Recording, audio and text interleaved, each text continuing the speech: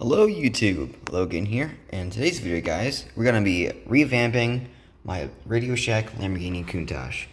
So, just real quick, I'll go over how it's not stock anymore. All new electronics, this is electronics from a WPLD12, and then the motor that's in the back, the original one blew up, so there's a helicopter motor in there now, which I might leave in there just because it's kind of funny. But what isn't funny is my steering setup, which doesn't center anymore.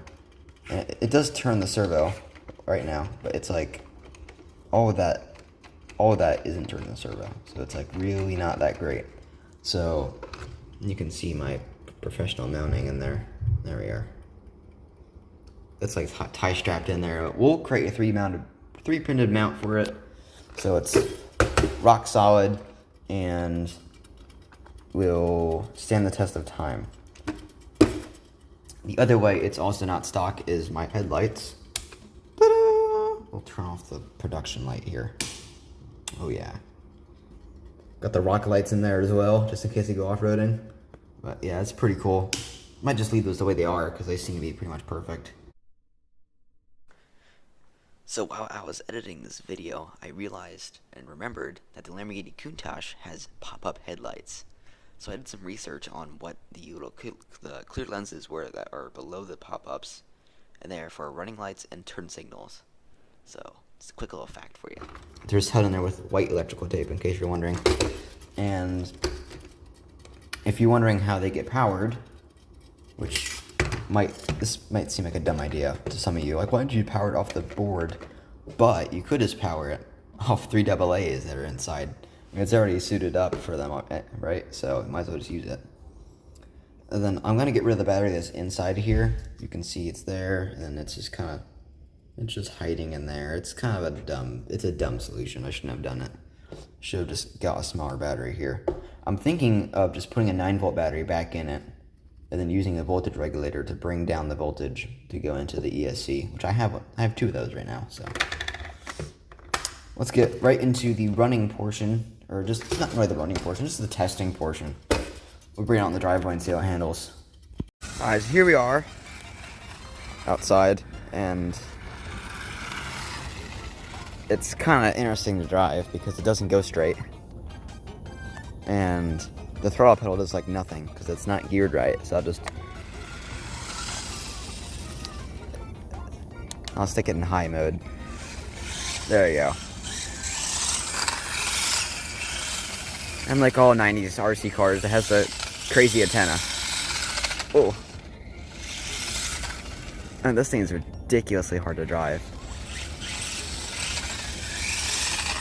I think I'll put the stock motor back in it.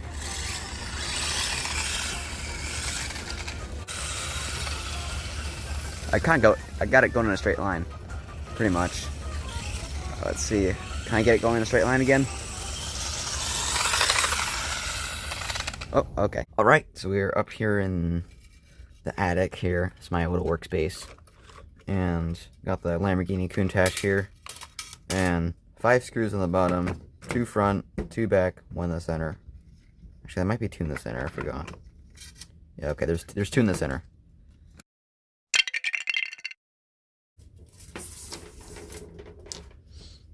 Okay, that's everything.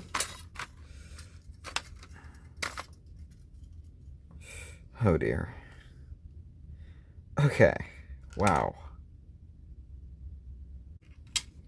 Mr. Battery, you can come out, Mr. Battery. Okay. Wow, this is so janky. Yeah, so here's the servo mount I made. This is ridiculous. You can see the issues. The whole servo is just moving. Wow. Interesting.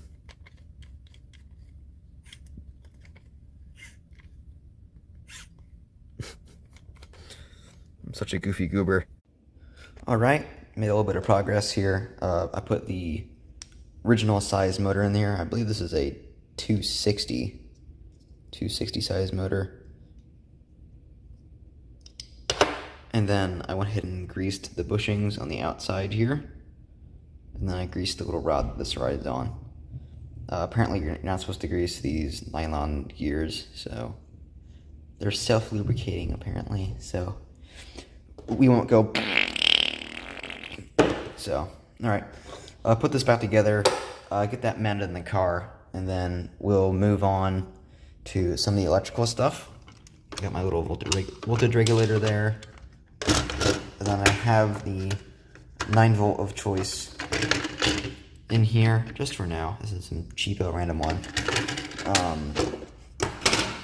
I will look into finding a rechargeable one, but for right now, that'll work. And in case you're wondering, here's the helicopter motor that came out of it. On to wiring.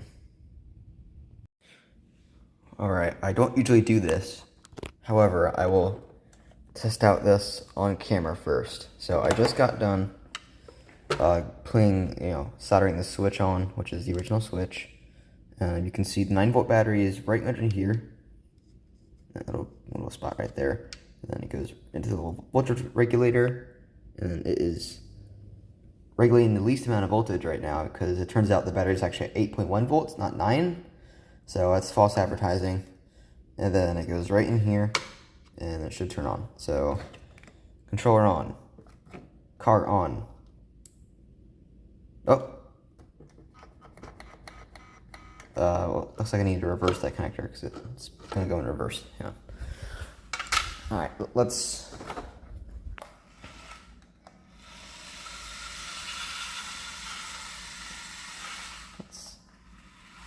put it in the high throttle mode.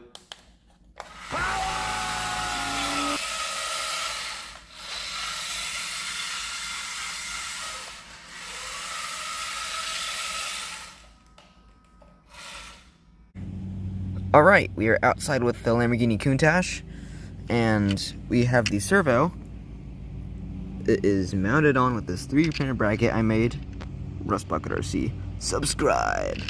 But you can see it's mounted there with these 2 screws. It mounts on opposite sides, so this screw goes that way and that screw goes this way. And it is mounted, this whole bracket is mounted with all the factory locations. You need different screws up here. The factory ones are too short. But I do need to modify my steering link here a little bit to allow for more steering travel. And then that's pretty much it for now. I'll go into a little more in depth with it later. But at the back, I swapped the motor out. The other one was just like gutless, so this one should be, I don't know what it's from, but it's a lot quicker. It's a lot more lively.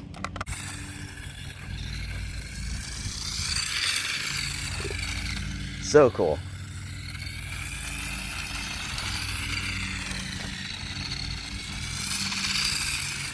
Alrighty guys, so this is the last update before we put the body on. I redesigned the front link here to give it more clearance. The link was hitting where the servo horn connects to the servo. And then I 3D printed a mount for the little WPL ESC receiver thingamabob. So now that's not going to be floating around. That's secure. Everything else is pretty much exactly the same. I did motor swap it, which you did see, but just going to include that again now. Then all the black tape is new. That's just to help hold down the white tape, which was falling apart. And then that's glued there, that's glued there, and this just connects to there. And then it's pretty much good. Like, this thing is, the before and after is absolutely insane. Like, this thing's gonna drive so well. Alright, well, I'll see you when the body's on. That thing looks awesome.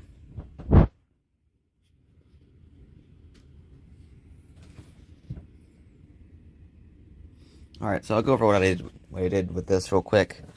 I just cleaned it off first with paper towel, just got it wet and went over it. Just simple stuff like that. But then for these stickers that were damaged, you can see they got some road rash on here. I used these paint markers to kind of fill in where the color wasn't coloring anymore. And then same thing up at the front here. That looks better. It's more complete. And then for over here, I just cleaned out the best I could where where it got like a roof lid here. Then I used the white paint marker and tried to fill in all the holes with the white here. And whatever didn't go in there, I just wiped off with a paper towel right after I applied it. And that seemed to help a little bit. Some of the scuffs, like this one, I was unable to get out, but there were a few scattered across here that I was able to remove. But, I mean, yeah, it looks really nice. And the one thing else I did that really transforms the car is the wheels. You notice that I did the very top here with the silver paint marker. Then I did the little inside piece right here with the silver paint marker.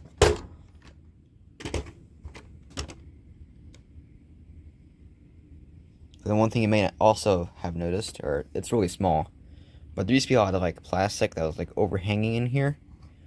And I just went at it with the X-Acto knife and slowly took stuff off until it kind of took the shape of the wheel well. Alright, here she is. What's cool is you can see my little part in there. RBRC, right there, Rust Bucket RC. If you enjoyed the video, please consider subscribing. If you didn't enjoy the video, don't consider subscribing.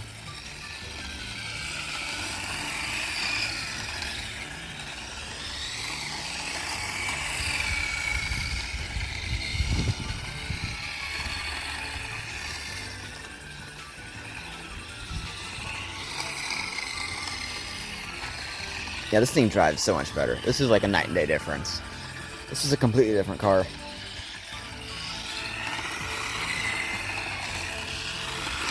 Sounds like my battery is dying though. Oh well. I'll get a rechargeable 9-volt and throw it in here. And I gotta say, the car drives so much better with the weight down low where the battery is, like where the 9-volt goes. It's really, really nice. For a 90s teeny tiny toy grade radio control car, this thing handles great. It's got understeer, but I mean that's to be expected. These are original tires.